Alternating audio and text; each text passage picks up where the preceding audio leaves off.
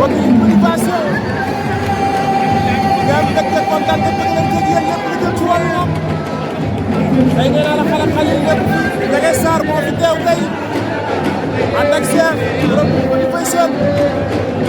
mbokk yi grand combat de la soirée mi ngi noonu ci digg géew bi Jokel bàyyi ko Kër Massar Fatick waaye Papa Boy Djiné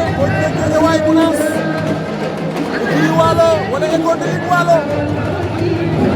ndeysaan combat bi ñu bëri na combat ndeysaan ndax ñoom ñaar ay defet la jógee ndeysaan moom Jokel jógee bëre poussé parce que fii ci arène nationale waaye Papa Boy Djiné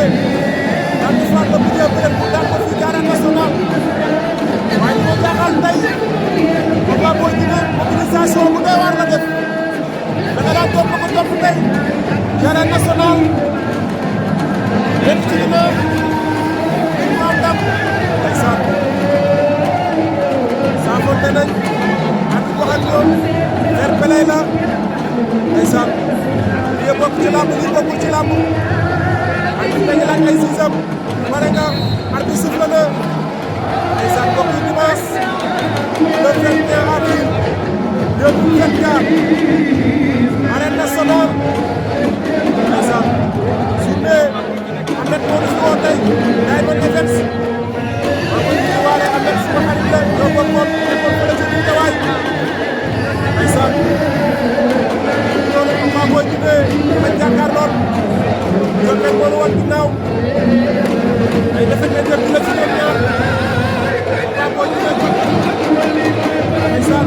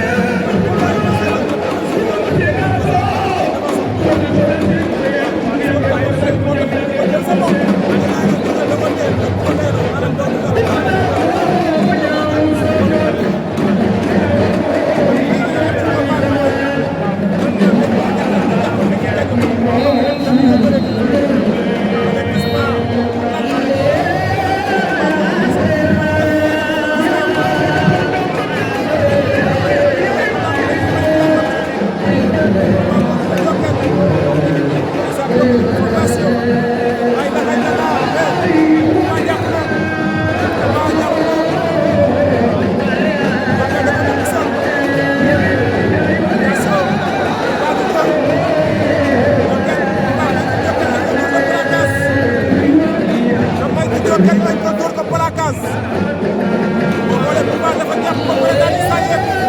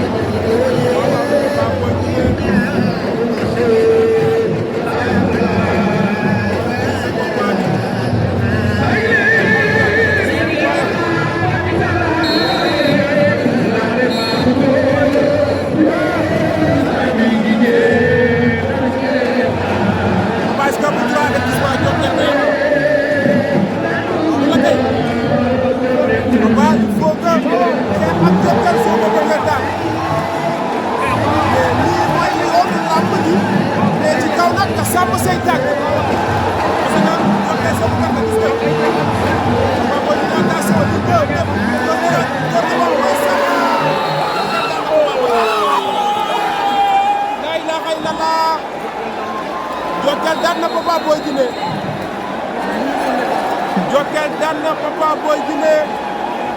Papa dafa ñëw ci dernier round yi mu ci xeex ak Jokal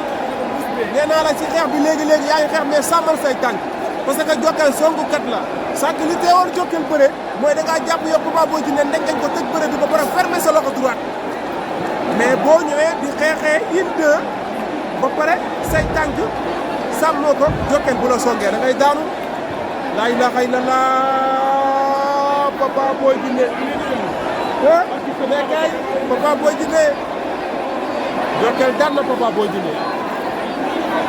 jël bu rëy Papa daf ko dox ci koom door une deux supporters yi yuuxu Papa topp supporters yi avancé ci kaw Jokal dugg ci ak surface bi door une deux Jokal waaf tibb ko daal di koy daan jël bu rëy